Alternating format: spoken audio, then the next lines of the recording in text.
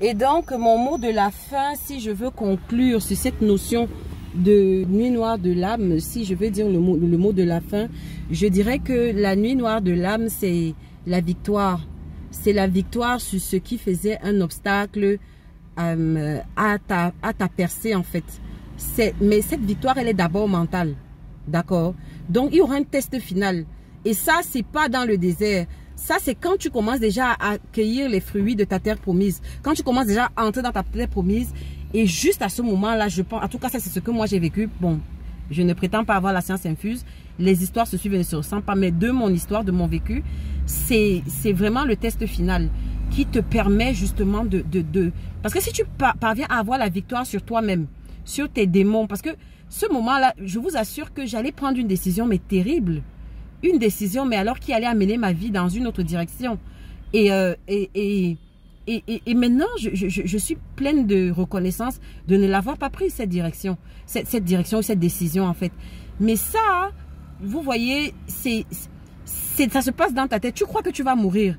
Franchement, tu crois que... C'est pour cela que vous voyez, par exemple, un ensemble de personnes qui, du jour au lendemain, comme ça, là, prennent des décisions, se renferment, vous n'entendez plus jamais parler d'elles et tout. C'est ça la nuit noire de l'âme. Ça t'amène à prendre une décision où tu t'enfermes. Mais le problème, c'est que tu vas t'enfermer et on ne te verra plus. Et le monde et la terre et l'univers ne verra plus ton signal. Ne verra plus parce que c'est ces entités du chaos, en fait, qui vont t'attaquer. C'est la dernière épreuve par rapport au problème qui est posé sur ta table depuis un certain moment. Et elles vont t'attaquer justement pour en finir avec toi, pour éteindre ta voix. L'enjeu, c'est vraiment éteindre ta voix. On ne veut plus entendre parler de toi. On ne veut plus te voir.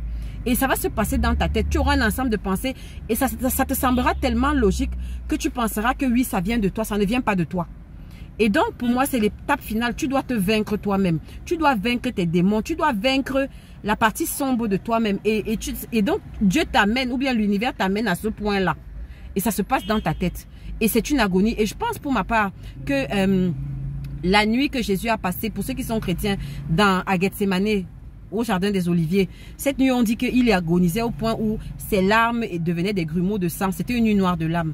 C'est vraiment ça. Si vous voulez savoir ce que c'est que la nuit noire de l'âme, repassez la scène de Jésus, la veille de sa crucifixion, quand les disciples étaient endormis et tout, et n'arrivaient pas à veiller avec lui. Il a passé une nuit noire de l'âme.